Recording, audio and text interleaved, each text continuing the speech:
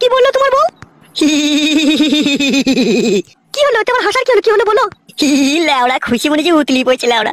এত সহজে যে আমার বউ তোকে মেনে নেবে আমি কখনো ভাবতে পারিনি রে বউ।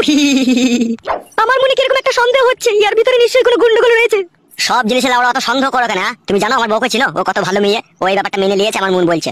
ও যদি অতই ভালো ছিল তাহলে আমার আমাকে বিয়ে করার কি দরকার ছিল? ওর কাছে চাইলে পারতা তুমি। তাহলে লাউড়া তুমি কি বলতে চাইছো? তোমাকে নিয়ে কি আমি এই মাসি বাড়িতে থাকবো নাকি? আমার কি বাড়ি ঘর নয় নাকি আমি বাড়ি ঘর যাবো না?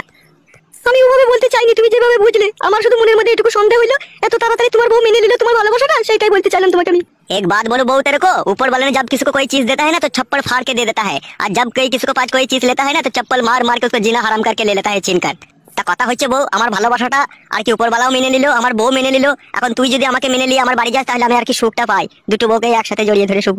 কি বললে তুমি? এখনো তোমার পুরনো বউয়ের কাছে শুতে ইচ্ছা করছে? আর যদিও হুদা মাঝে মধ্যে একবার দুবার করে শুই, তোর কি কোনো অসুবিধা হবে? তোর সময় মতো পেয়ে যাবে, তোর কোনো অসুবিধা নেই। পুরুষ মানুষ